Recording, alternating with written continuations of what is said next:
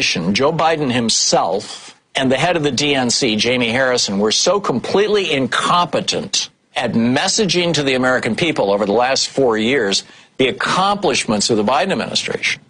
At the same time that you had this huge right-wing media capture with, right-wing podcasts getting hundreds of millions of dollars. And that's why more than 50% of Americans thought we were in a recession on Election Day. Keep listening to WCPT 820 because facts matter. NBC News Radio, I'm Rob Martier.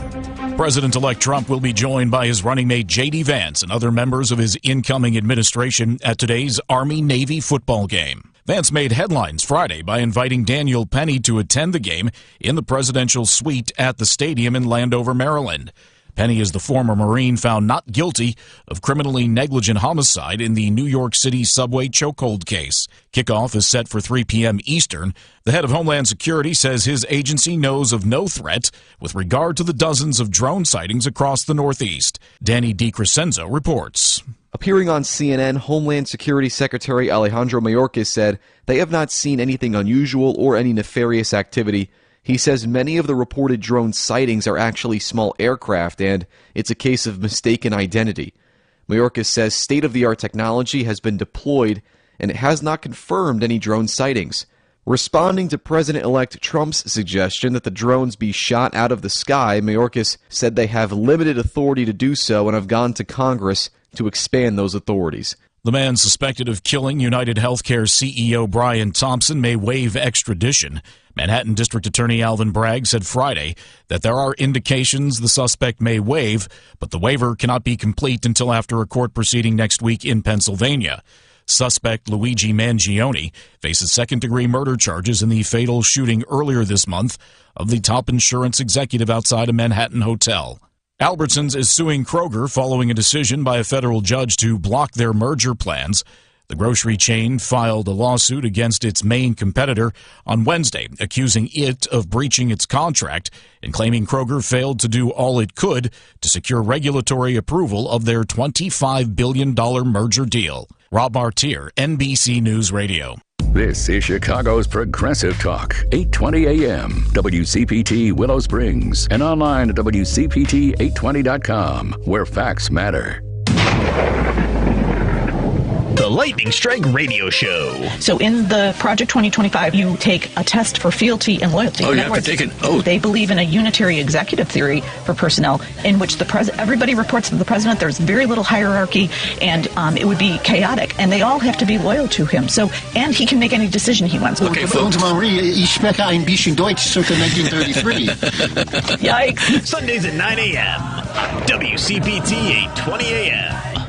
You know that you can listen to Chicago's Progressive Talk on WCPT AM 820. Stream us live at WCPT820.com and on the TuneIn Radio app. Or you can ask Alexa, Siri, or Google to play WCPT from TuneIn. But now you have another option. We're simulcasting our programming overnights. 8 p.m. to 6 a.m. on WSBC AM 1240 for a clearer reception in and around the city. Chicago's Progressive Talk, WCPT 820. And now overnights on WSBC 1240 AM, where facts matter. This is a WCPT moment in labor. In the 1830s in Lowell, Massachusetts, during the rise of the textile industry, factories were hiring large groups of women ranging in ages 18 to 35 to work at their mills. The workdays were 13 hours long and had poor working conditions. By 1834, the textile market was sluggish.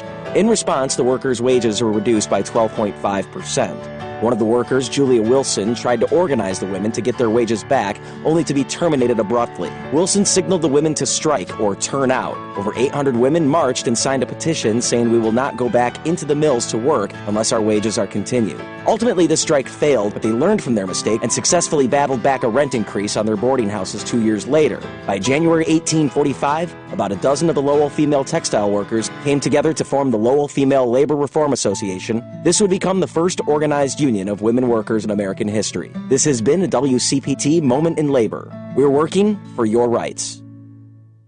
Listen to the Thom Hartmann radio program every weekday from 11 to 2 right here on WCPT 820, where facts matter. Alexa, play WCPT. WCPT from TuneIn.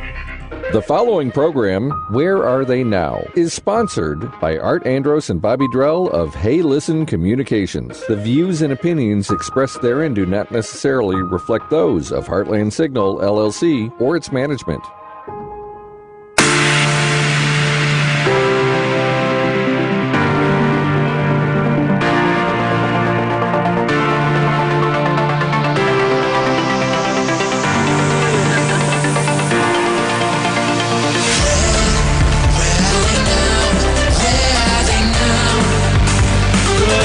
Ladies and gentlemen, welcome to our show, Where Are They Now? Good to be here.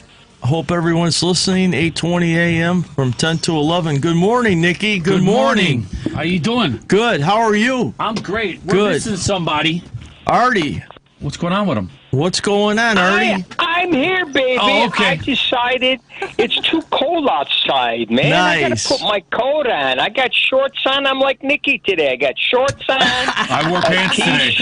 I regret it. Hey, it's too cold. It's too cold for shorts. Forget about it. It's going to be 40. I wish I would have had them on. I'm home doing good. The nurse is going to come change my bandage later, so that's good. So, you know, no, thank God I don't need a diaper yet, you know. Forget about it. I'm not at that age yet, but, you know, I don't even have to take the dentures out and put them in water. I still got my own teeth, so thank the Lord I'm alive. Hey, Artie, that's too much information. Forget about it. Well, I didn't give you my shirt size and pant size because Christmas is coming, but we can do that off the air. Okay, sounds good. It's good to have you with us today, huh? Yeah, we have a great guest in the studio. I'll let you introduce her. We had her here about a year ago, and she has her guests with her. Oh my God! Amazing. Oh my God! I'm disappointed I can't be there to see her guest. But we'll do a home visit, Artie. We'll do a home visit. Come on over. Hey, Come listen. on over. I'll pass. make a little chilly. Okay. Here we go. Let's start with a quote. 988 Suicide and Crisis Lifeline. 24 hours, language, English, and Spanish. Let's welcome today's guests. Live in the studio, law enforcement, trauma, and suicide psychoeducational consultant. And she's got her buddy, Arlo, a trauma therapy dog. Did you have to take the ramp out for him to get in and out the Elizabeth Toll? Hey, Art. How are you? Thanks for having me. Good. Thank you for coming. Did you get the ramp out, or did you carry him? Did you carry him out? We had the ramp. We sure do. 200 pounds is too much for me, so he has the ramp. What a beautiful dog, Artie. I know. I admit last time. Why don't we start? We can call you Liz, right? Yes, please. Okay, Liz, let's start with your bio, and we want to hear also about Ariel's bio. You know, what kind of dog, how old he is. You just told us his weight, you know, so 200 pounds. All that good stuff. Yep. Wow. 200 pounds. And then we'll get into all the different things, and then I was looking at some of the stuff, and boy, that suicide is up. But let's get the bio stuff out of the way, and then we can talk about the suicide and the classes and everything else. Sure. So I'm a Chicago police officer. I have 20 years on the job, and I have a master's in forensic psychology, where I did a bunch of clinical work while I was still on patrol on the streets earlier in my career. And I actually got involved in trauma and suicide. My focus is suicide psychological autopsies. And so I know a lot of people haven't really heard of that. It's essentially me going into cases of suicide of first responders and working my way back from the time that the individual took their life as far back as necessary through interview of family, friends, co-workers, and some of the closest people to the individual. We're really just trying to answer the question of why they took their life by suicide, why that day, and why those means.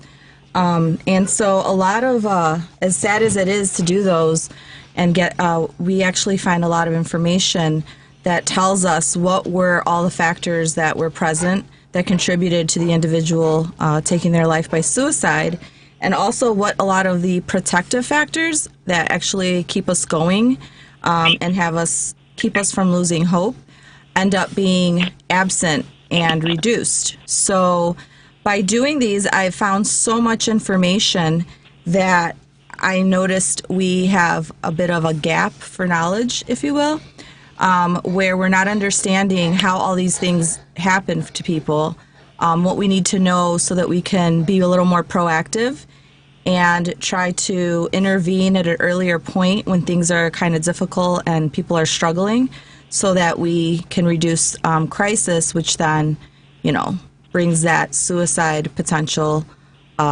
much lower. Well, unfortunately, that's a growing problem. It is. It seems like, the stigma and trying to go get help, the officers. First of all, thank you for your good work in serving the citizens of our great city. Thank you. Being a Chicago police officer. And for all the law enforcement officers and the firefighters to keep our city safe, all the public officials. But we appreciate it.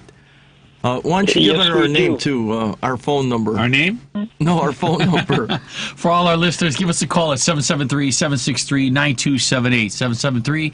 773-763-9278. If you have questions for any one of us, our guest, we want to talk about this topic or any other topic, give us a call. Thank you. Okay, I have something different to ask you. We usually ask your favorite sports team, but I want to know Ario's favorite treat. What does Ario like? Arlo loves salmon skins, because he likes all those little dried salmon skins, or sweet potato treats. Those are his favorite. Yep. There we go. Yeah, there we go. He's got quite the sophisticated taste. Well, the owner is sophisticated, that's why. Oh, that's cool. So going back to your natural food, huh? Going back to your education, like you said it was a reversed autopsy, reversed going backwards. So we're going to trace back, say, I took my life yesterday by, give example, hanging, and then you're going to go backward, talk to my friends, family, was he depressed, something happened, trauma happened. How would the means of what that individual had done to themselves, hanging, shooting, suicide by cop, slicing, what does that show you or tell you? So we do know that for the most part, when it comes to specifically law enforcement, we know that the majority of them, and I would say like in the 90 percentile range, they're going to be, the means is going to be the weapon. And that is due to the accessibility of their duty weapon. Whereas other individuals, say fire, paramedics, dispatchers, again, it'll be, it depends what's available. Easy accessibility. Right? What's easily accessible. Also, it depends on what the individual is experiencing, how much turmoil. And as far as, you definitely see some more violent means versus not as violent. So it just, as you find more and more information, it really is telling. Sometimes in some cases we'll go so far back as to tapping into childhood, even though we're dealing with an adult. And oftentimes people feel that, they may have had a rough childhood, there was trauma and stuff like that, but I got over that, I got past it, I moved on. Because here I am, right? I'm a grown adult. Never actually dealt with the issue. But they've never really actually dealt. So a lot of times those traumas are triggered throughout life, and people feel like, well, I'm an adult now. I'm past that as a child. I'm good. And it's kind of like, no, you're still actually kind of living with it. A lot of what we experience in childhood really just molds us into our adult different phases of our life. And it really, to this day, I still know that there are certain things. Who I am today is a big reflection of a lot of what I experienced as a child, good and bad, right? So a lot of that is something that, especially with first responders, a lot of us, I feel like, really kind of get involved in this work because we want to help individuals, right? There's something that makes us want to go out there and serve, right? There's a purpose. And a lot of it also has to do with what we've maybe have gone through, something we have experienced that we don't want others to go through, or we want to help those who may be going through something similar. Abusive relationship or something like that, right?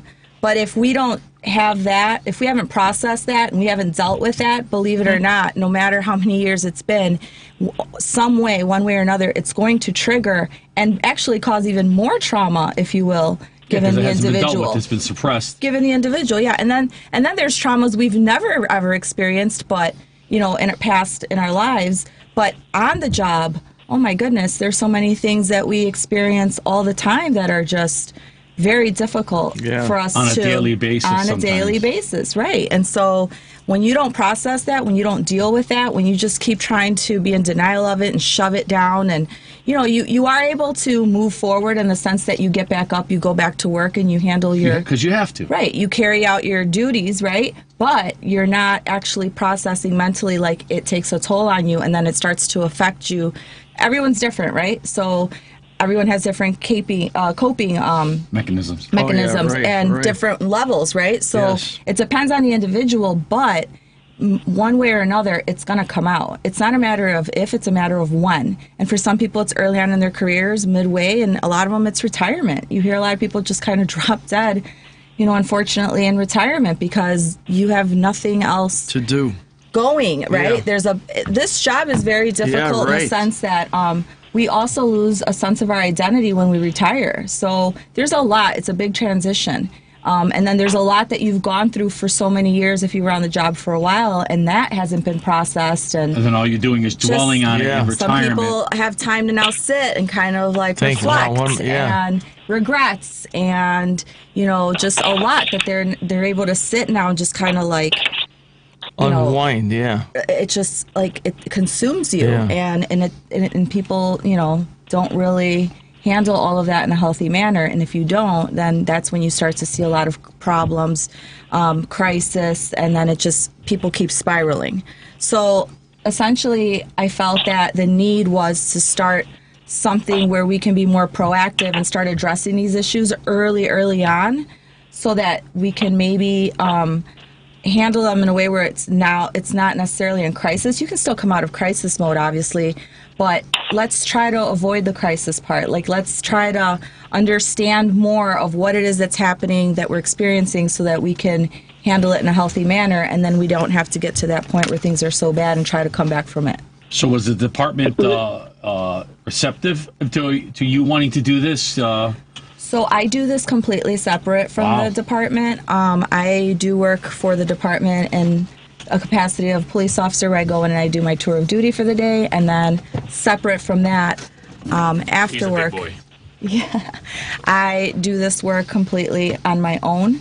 I started a not-for-profit, Resilient Heroes, and the idea is to take a lot of the data that I have collected through these psychological autopsies and put together a curriculum to go out and really start discussing this, having this conversation and discussing this in a curriculum format where we really are able to understand suicide more and understand what it is that we may want to start doing, what we find from a lot of these cases that we maybe could have, should have, would have done a little differently. So it's really just giving individuals that education, having them understand here some of the things that you could potentially experience after doing this job for some time. These are things to look out for. It's a lot of scenario-based, too, and just conversation. So you're getting that educational component, but also really just talking about something that no one is talking about. Because we tend to just do the same thing over and over with suicide, which is the individual takes their life. Everyone has an emotional response to it. They feel terrible. And everyone's like, oh, my God, it's such a problem. We need to fix this. And then 5 to 7 days later, we're back to business as usual after the individual's been laid to rest. Think about that. We've been doing this with all the suicides everywhere across the country. Whether it's police, fire, paramedics, this is what we do because no one really knows what to do about it. So for me, it was kind of like, we have to get to the bottom of why this is happening. Let's take why this is happening, how it happens, and let's try, for the sake of those individuals who have taken their lives and their families, let's try to maybe put something in place where understanding people are talking about it. I know a subject that's very difficult to talk about, but we can start learning so that we can implement the things that we need to avoid getting to a reactive stage, if you will. Liz, very good do you point. guys go as far as taking CAT scans of the brains and looking at the brains, if anything has changed, is different than a regular brain? Is there something there or no? You haven't gone that far medically. That's an awesome question, because one of the things I wanted to talk about was traumatic brain injuries. There are there are a lot of things that we find with the suicides as far as causes, right? It's never one particular cause. It's a multitude of things that cause the individual to take their life, right? But one of the biggest issues that I find, the leading factors, if you will, interpersonal relationships are a big one. But I started to find that a really big issue that people aren't even looking at is traumatic brain injuries. There are a lot of cases that I've found where individuals may have had, possibly some kind of traumatic injury like to the one brain. I was telling you about with me. Right, with the car accident, yeah, right? I had 89 stitches. Right. And then in other cases, if you're in some kind of contact sport or you're a boxer or something like that, right. There's one where I knew that this one individual, it bothered me so much. I had an idea about the fact that the individual was a boxer, and wanting to get to the bottom of like, hey, at any point did this individual have, a concussion? Was there any treatment for it? Like all of it. And it's one of those things where the person may not be getting any kind of treatment, but through the suicide psychological autopsy, all of the behaviors that the individual was presenting through showed that he had trauma. Was indicative that there was a possibility he may have had a brain injury that was never treated and never looked at. So there's a really good foundation. It is the Concussion Legacy Foundation out there who is doing a lot of great work now with collecting brains of individuals. Well, I need mine right now. What little I have. Right, yeah. Post-death, to really start looking into the CTE and looking at, at the imaging of the brain that we can't really see until after, if the brain is donated. But that is something that people are definitely not really taking into account in the suicides. So that was one thing that I started to see. And another big thing that I started to see was the mismanagement of psychotropic medication. And so those are the medications when we're talking about like mental health and, your antidepressants, psychotics and mood stabilizers.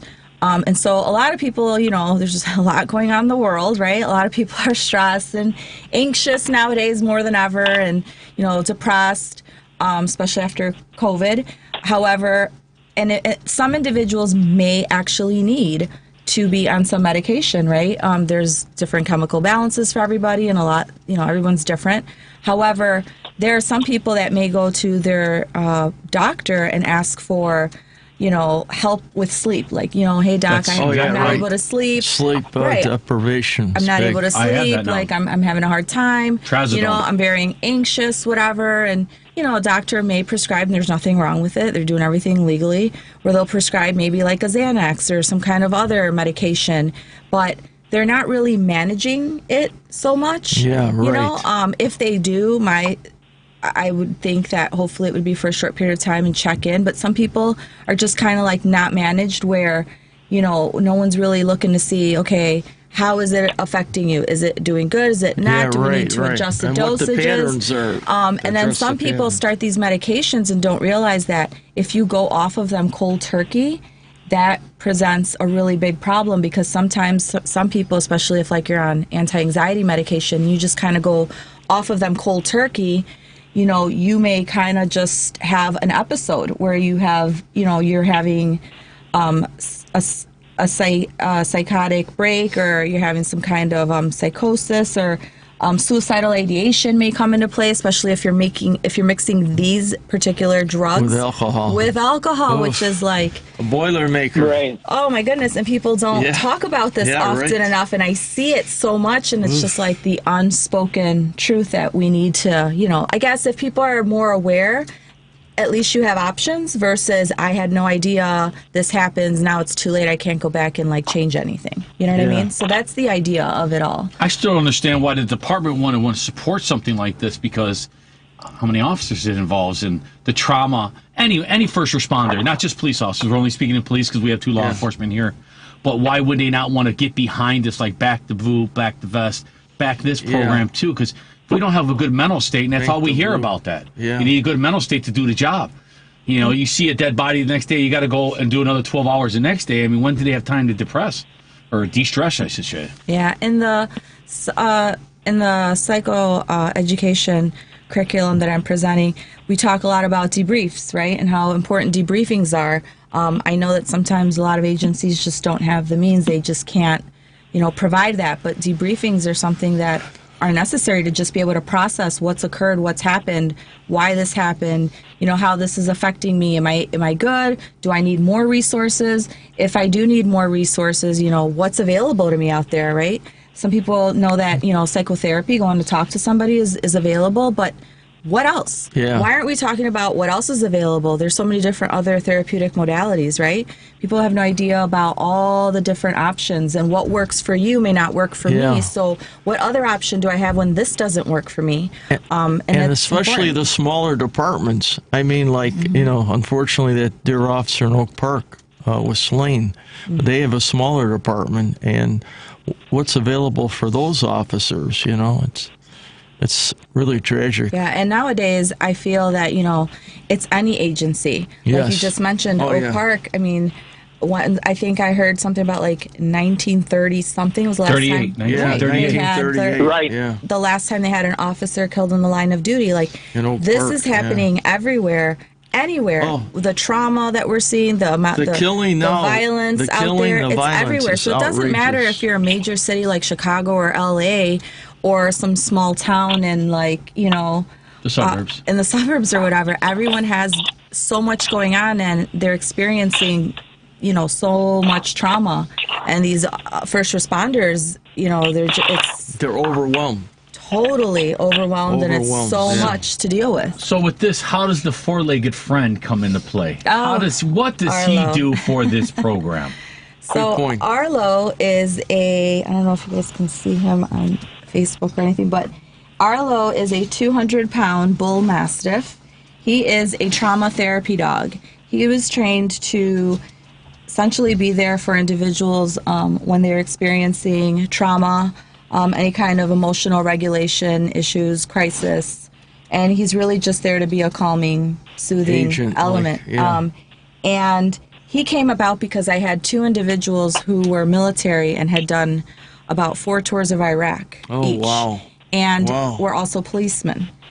And those 2 individuals, and they came back separate cases, but when they came back from their tours, they weren't well in their last couple tours. Things were very, very bad. One individual, I couldn't keep my eyes off because I thought this person's going to possibly take their weapon and just, something bad's going to happen. So in coming over to my house, Arlo was just my pet at the time. And it's funny to see that even the strongest, toughest, I don't know, I kind of call it like the Iron Man or girl out there, sees this dog and how huge he is. They have that commonality where they're gentle, or they're just that they have that beast mode on the exterior, right? They're tough, they're rugged, and huge, yeah. But they're gentle giants internally. So the dog ended up interacting with both individuals, and they were just so, they get into that like goofy, mushy, like, oh my God, you're so big, you're so cute, you're so, you know what I mean? Because he's just, and it took them each, loving and kind. It took them each to a place where they just kind of let their guard down a bit, and they started talking more than they ever were about stuff, and however it made them feel, and whatever it is that they got out of that particular interaction with the animal was the beginning of them going to seek their resources, and they got the help they needed, and they are today luckily living their best life. Wow, that's amazing. Do you know if they sought out a 4-legged best friend? They did not. Or did but they started what.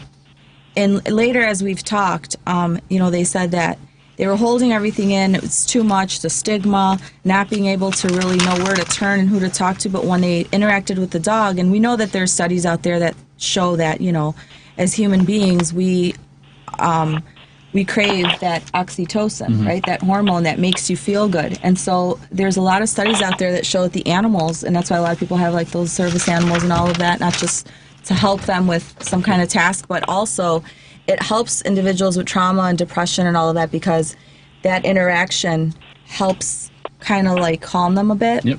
And so they felt that they were able to, what it made them feel interacting with the dog, and then able to, like, as they started talking more to me, and I just kind of sat there in silence, like, go ahead. Yeah, let them open up. Do what you got. Like, I was stunned, you know. They realized it made them feel better in a sense. So they realized, okay, maybe I need to go do something about this, because they were in a very, very dark, bad place. Wow. And so I realized I had something special with this big guy, and you know, eventually I was like, all right, let's go. We're going to go get you trained. He already has the personality and the, you know, the demeanor to just be chill, and, you know. Yeah. Arlo's paws are massive. Because he's a bull massive. Yeah. They're massive, you know. All right, on that note, we're going to go to commercials, pay some bills, and then we come back. If anybody got any questions for our guests, give us a call at 773-763-9278. We'll be right back. Abbott Painting. Painting and decorating since 1973. Abbott Painting specializes in commercial, industrial, and residential properties. Abbott Painting is a licensed general contractor, whether it's a wall, ceiling, floor, cabinet, tower, deck, fence, or anything you can imagine. Abbott Painting, with their 48 years of experience, applies premium paint finishes or wall coverings that will exceed your expectations. Call Abbott Painting and mention this ad for a 10% discount. For your free estimate, call 773-725-9800. Again, that's 773-725-9800. Thank you. Family Entertainment by JJ. JJ is an Arlingtonite-based family entertainer. He is an award-winning balloon artist and clown. He is also a very funny magician and a face painter who draws quick, simple designs to keep things moving. Ask JJ about his Big Bubble Fun and his link to the North Pole. JJ will help you plan your party by using his years of experience as a family entertainer. Use JJ for birthday parties, corporate events, schools, and picnics. He also makes childcare, nursing home, and hospital visits. JJ has been entertaining children and adults of all ages for over 30 years. Call now for party planning and pricing. You can reach him at 847-483-4520. JJ is a Midwest Clown Association Hall of Fame inductee. Again, 847-483-4520. Where are they now? Wiggly Tails is a daycare, boarding, training, and grooming facility for dogs located in Northbrook, Illinois. At Wiggly Tails, we are dedicated to providing the very best care for your furry friend while you walk away at work or on vacation. At Wiggly Tails, our staff is dedicated, trained, and certified by the American Red Cross in pet CPR and first aid. They will love and care for your dog as if it was their own. Wiggly Tails is the largest doggy daycare in Northbrook, and our philosophy places the health and safety of your furry child first. We separate dogs into playgroups based on size and temperament. All dogs are closely monitored by our loving staff. Have a day away and let your dog come in and play. For more information, you can call Wiggly Tails at 847-272-4141. Wiggly Tails, because dogs are family too.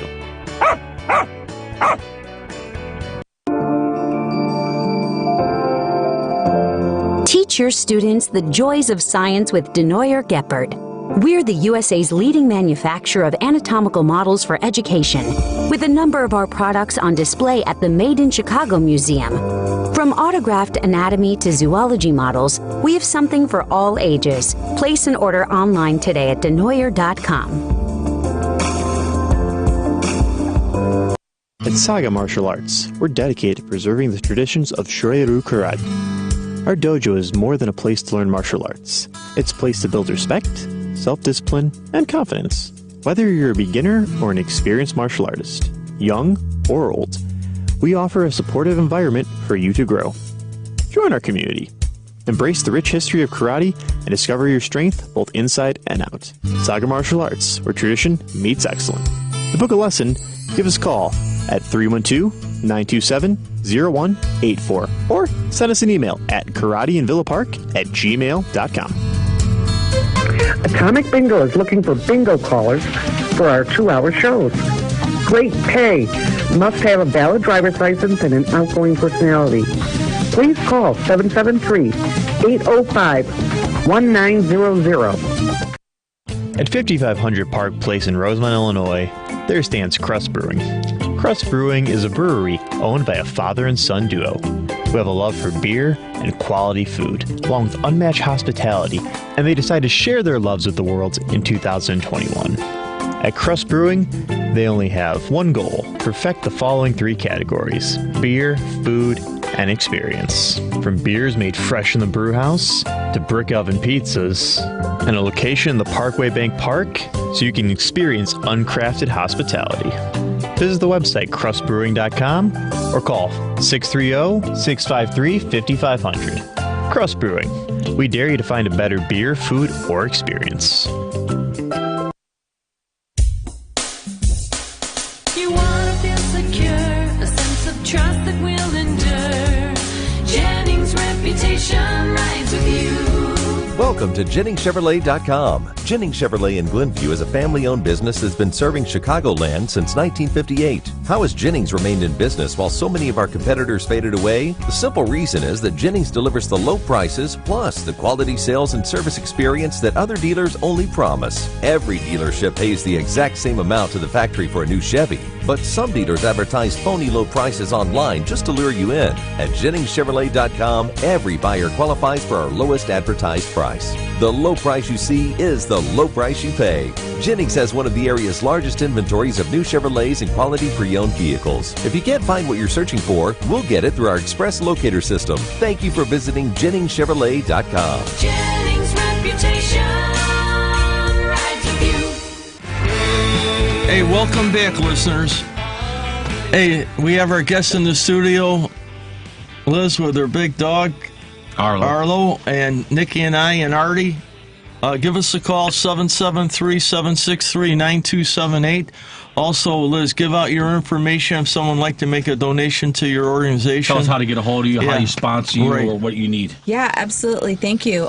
So Resilient Heroes, you can go on our website. It's www.resilient-heroes.com.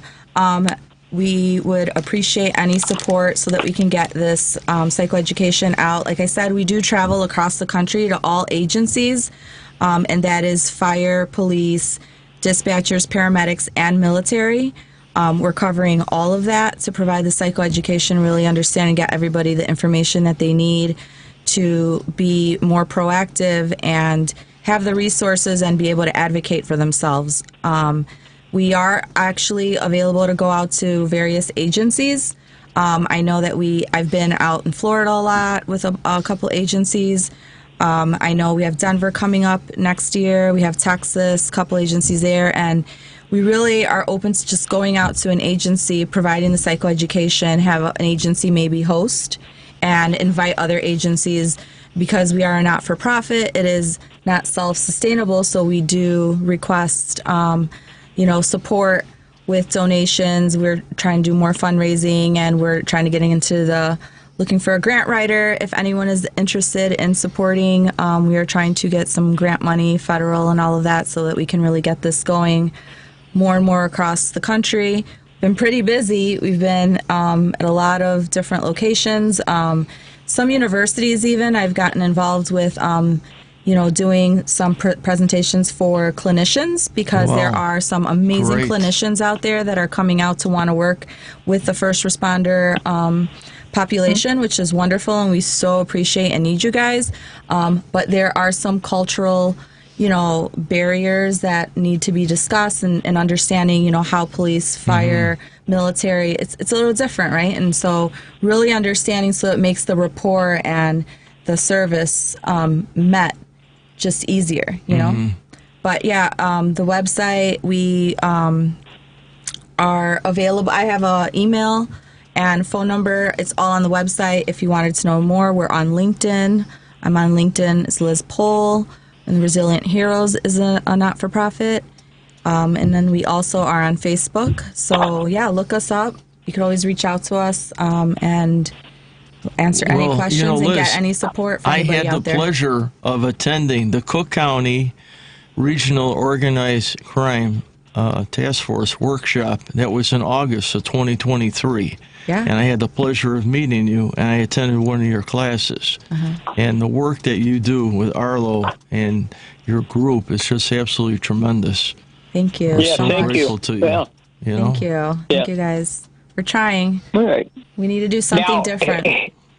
Right. Have you seen it up on the dispatchers and fire on suicides too? Yes. The way things it's all are? across. All across. So it's all across the board with first responders because, and I'm actually a part of a critical response team here in Illinois. It's the Northern Illinois Critical Stress Response Team.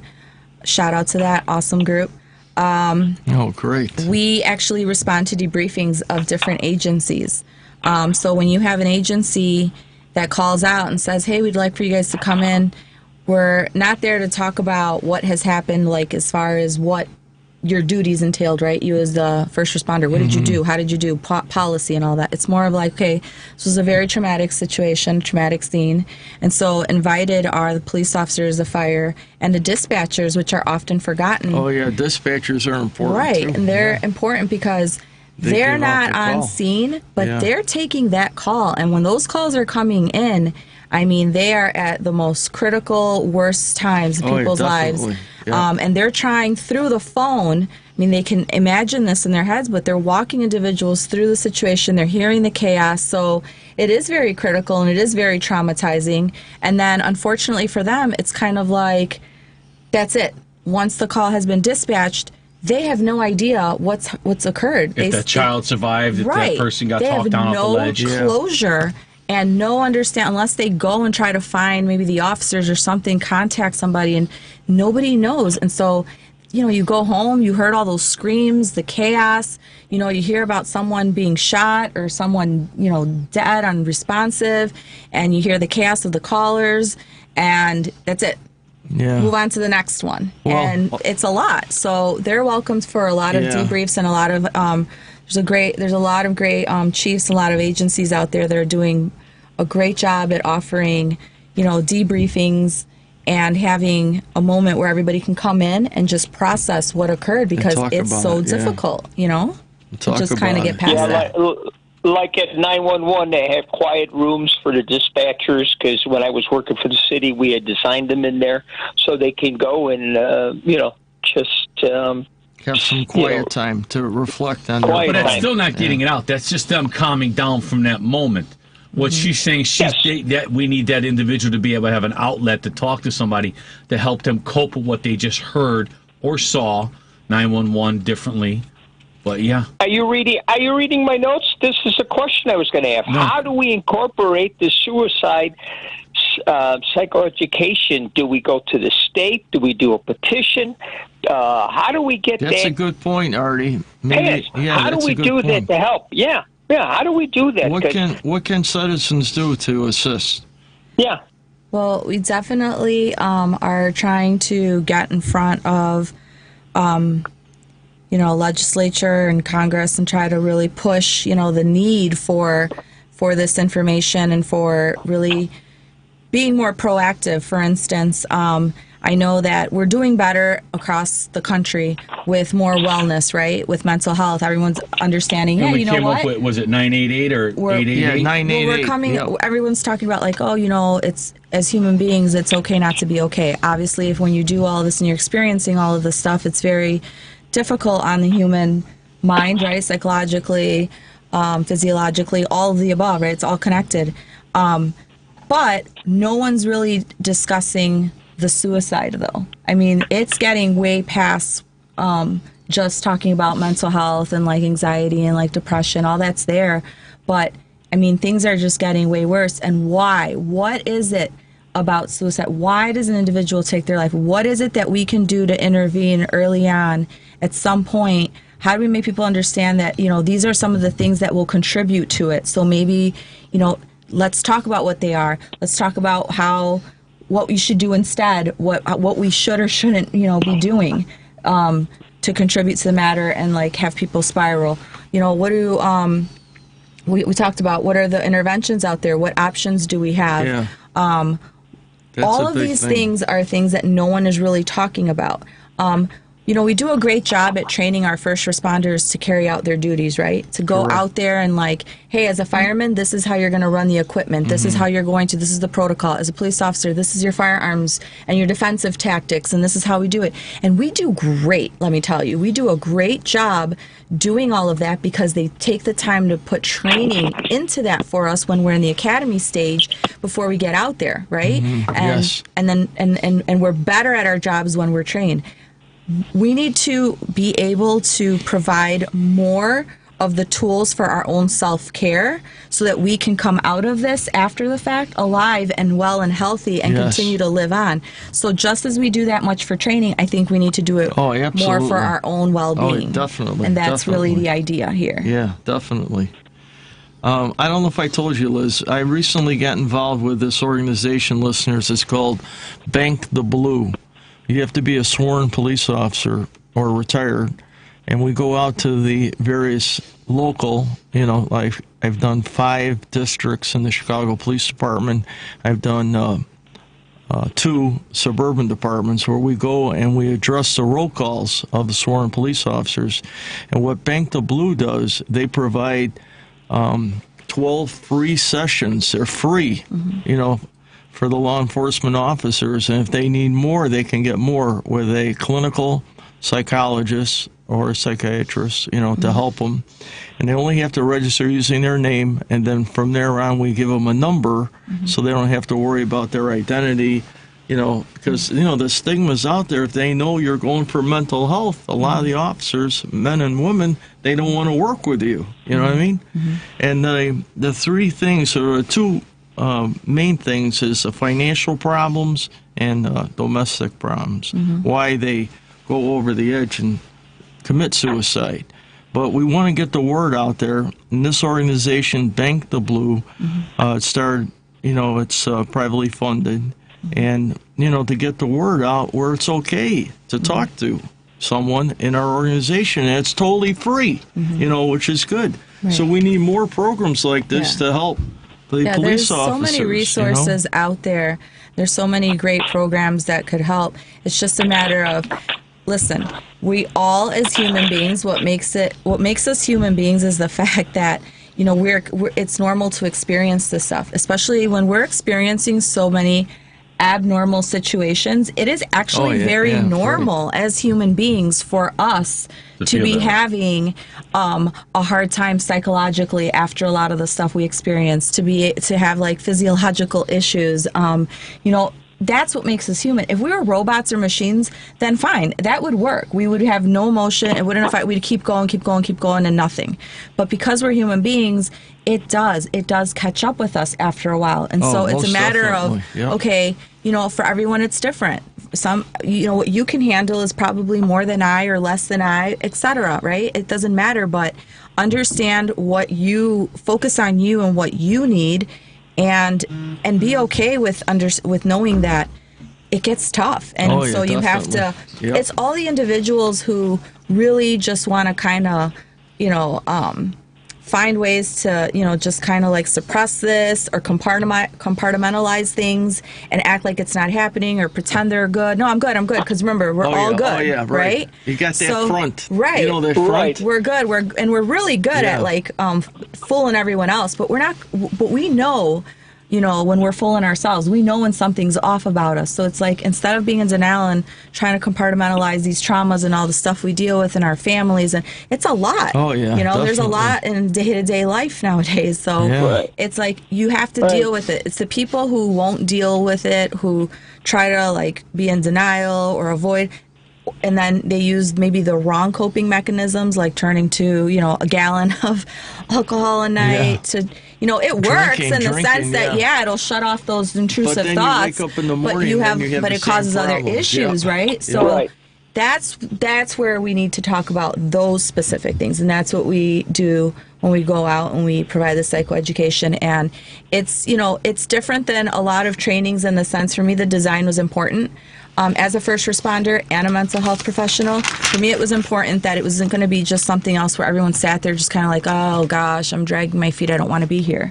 This is something that's very much relatable, something that will resonate and people will be able to walk away with. Somebody's experienced it or knew somebody that has. We talk about a lot of the like real life experience as we experience on the job, right? Mm-hmm. And we talk about, it's a conversation. It's not, sit there and death by PowerPoint. Yeah. I've been in that seat and I absolutely don't want it to be that. No. We have enough of that. This is very important. So it's a very conversation driven. I think it's a critical. Yeah. It's at a critical state now where we have to keep moving forward and have these programs. Yeah, it's very conversation driven. There's a little bit of scenario based in a sense. But it's very interactive, where the individuals that come, they're speaking on their experience. It's a big conversation, but you have that educational component also thrown in there. So, I've had a lot of great feedback. I'm very big on, this isn't about me. You know what I mean? No, this isn't like, how's Liz doing? Yeah. No, this is, what can we do and how is this going to work? So for me, impact metrics are very important, right? And so when I say that, I mean, when I want to know how this is really doing. Are we really doing well with this? Is this working or not? If it's not, what do we need to do to adjust it? Because I'm not sensitive about this. I'm very thick-skinned. Like, it's not about me. It doesn't hurt my feelings. It's very much, how do we do this? How can we be proactive? And how can we make sure that the right, we're delivering the right message, and that we are actually helping these individuals. We owe it to those that we have lost and to their families who have gone through this, and that continue to go try to help the next family from going through this. Are we going to save every single person? Absolutely not. I get that. I'm not naive. But if we can save one, absolutely, and one family, believe me, I sit with these families and friends and coworkers after the fact, and they're still damaged from this loss. Sure. And so I've seen people at their worst.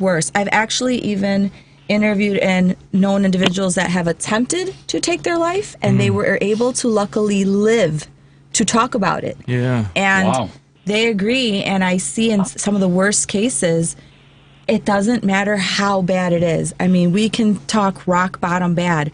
There is a way to come out of it. Yeah, there really is. It's just... And those individuals that you talked about that attempted it, that possibly tried shooting themselves or hanging themselves, how did they do after coming out of it and learning to talk about it? That had to be an eye-opener for them. Those individuals, by getting in front of the right resources for them, giving them, and it's work. I'm not going to sit here and lie. Yeah, you have to want to help yourself and you have to put forth the work, but getting them the right resources and getting them the right support groups, support systems in place, and help guiding them, I mean, they're living their best lives. And so that's what I mean when I say there is a way to come out of it. A lot of times people just don't even know what the heck to do. Right. Well, they have no idea what's available. What to do. I'm by myself. This is too hard. It's just an easier way, or you're so overwhelmed, you're so broken, you're so your thinking is so clouded. Your judgment is so impaired. You know what I mean? You add other things that, impair your thinking and judgment, and that doesn't help. Especially now, the way things are. Right. Liz, the name of your not-for-profit. And during the holidays, we got to remember, like we say hi to people. Oh, yeah, be kind. How you doing? Yep, be kind. And don't forget Bobby's favorite line. Play it, Devin. Bobby's favorite line. Well, it's important. I tell everyone, Ari, please be kind to each other. That's right. That name of your non-for-profit organization, Resilient Heroes, how did you come up with that name? Thank you. The idea was, okay, since we're trying to be proactive and really trying to get this information out and have people fill this knowledge gap, right? I figured everybody has the ability to be resilient. Some are more resilient than others. So that was the idea. All these first responders, military, we are resilient. Some individuals may be experiencing tough times, or they're just, at a point where things have gotten so bad. But overall, you have that resilience, and we can build on more resilience. So that was the idea, is that it's really overcoming a lot of our hard times, obstacles, all of that in life. And whatnot. Right? Yeah. So that's where it came from. Well, that's great. That's a great name. Thank it's a you. perfect name. It is. Listeners, anyone who has any problems, 988 is the Suicide Crisis Lifeline. That's available. We do have one caller. We'll take the caller now. Good morning. Thanks for calling in. Where are they now? Cindy? Hello? Yes. Hi. Hi. Thanks for calling in. Oh, you're welcome. I have a question, not only for your guest, but for you, if you have an answer, or you might have to think about it. Somebody called in to the radio station on another day with another host and said, I don't know how much more I can take. I'm ready to pull the plug. He's in terrible pain. He has bills. He's on a fixed income. He had to go for some kind of medical care. He has United Health Care. They paid nothing. And he said, my rent is going up at the start of the year. If I don't get a cost of living, I'm just not going to be able to do it. And this upset me. I'm a former teacher, and I know you always take a suggestion of suicide seriously. I called back at a later time and said, I left a message. I don't know how to do what we can do or what exactly we could do, but I'm willing, because I'm on a small income. I'm a senior citizen too, but I said I'm willing to provide this person with a $50 check. And maybe if other people would want to join, I don't know if we would have to send it to the radio station if they could send it on, or if we could just have one day. I know the radio station couldn't do this, but they could make an announcement, or if somebody else wanted to do a GoFundMe and just announce it, because you can't be funding everybody in the whole wide world. But all I heard the next day was, and I don't mean this as a criticism, but an observation that people don't know what to do. And the host said, well, call resources, join a group, join a support group, go to a meeting. Or it was very general, and I feel like when you're in pain, you're lucky you can make it to the grocery store.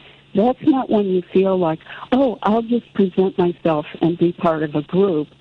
And I was wanting to call back and say, here's my full name, here's my phone number. This person who called with this problem is a regular caller. I trust he's a safe person from the way he has spoken, and give him my phone number. I'm giving you permission. Give him my phone number if he wants help, and I'll send him a little check. And but I didn't do that because I don't want to get a reputation of being a pest if I call back again. Well, so we appreciate your call. Anytime. Yeah, we appreciate your call. Anytime you can call us if you know somebody, listeners. If you need something, give us a call. When we give out our numbers at the end, that's our personal cells. You can call us anytime. We're not going to have an office manager answer it. It's going to be Bobby's number or mine, and we can see if we can help you. Yes. We're not millionaires, but we will reach out to people and ask, to help. And yeah, we have resources. Yep. Thank you, Bobby. And I don't know if I should say his name. I won't say his real name, but let's say John. John lives in Indiana. So, we would have to know precisely how to contact him. So even if I called you, I don't know if he listens in your time frame. He listens during the week. Well, Artie, you can give her your number again. You guys can talk off and you can figure it out. Too. Yeah, give me a call anytime. And, John, you can call me. My number is 773-746-7078, alias John. Give us a call, and we can see what we can do. Help. Yep. We appreciate your call. Thank you so much. All right, thank you, Cindy. Thank you. Happy holidays. Thank you. Hey, we're running out of time. We only have a few more minutes to go. Liz, go ahead and give your info again, how they can get a hold of you. Yeah, give out your information, Liz, one more time. Yes, www.resilient-heroes.com. You could always call. Email is liz@resilientheroes.com. And again, you can find me on LinkedIn, Facebook.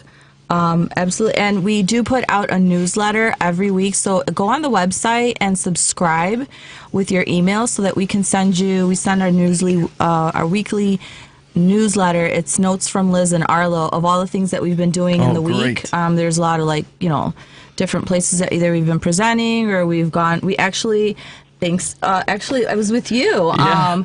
We have become regular volunteers. Now, we don't do work with children often. That's not our thing. We're the Shriners. But we went to Shriners, Thank you. We've been going for the last year, volunteering with them. Fantastic. And we just went last week to the hospital for the children. It's funny. Everyone thinks they thought he was a reindeer because he's so huge. I should have put antlers on him. But yeah, we definitely. And then for the holidays right now, if anyone is interested in having me take Arlo over for, veterans, support groups or anything like that, let me know because we will. Wow, that's great, we'll Liz. Thank you. Thank you for coming in today. Thank you so much. Thank you so much, Liz. I appreciate you guys. Thank you. All right, listeners, be kind to each other. Thanks for listening. We'll see you next week, Saturday, 10 a.m. to 11. Shout out to Jennings Chevrolet. Thank you. The preceding program, Where Are They Now?, was sponsored by Art Andros and Bobby Drell of Hey Listen Communications. The views and opinions expressed therein do not necessarily reflect those of Heartland Signal, LLC, or its management. Collaboration Radio. So let's go ahead and get him on the show. David Dismalchian. I'm now sitting in a pretty incredible pool of gratitude. It's just like you imagine me right now, close your eyes, see a dude floating in a hot tub. The gratitude is right up to my chin, and I am grinning. And the nice thing about those hot tubs is that you can fart whenever you want. Nobody knows you farted, who farted. It's like fart free. Collaboration Radio, Saturdays at 4. It's that holiday time of year. Give the gift of hearing to you or a loved one. Rated in the best hearing aids of 2024 by USA Today. Audien Hearing has the highest quality hearing aids at the lowest prices, just $189. I actually like them better than my old $5,000 hearing aids. Join over 500,000 happy customers by going to audienhearing.com. That's AUDIEN hearing.com.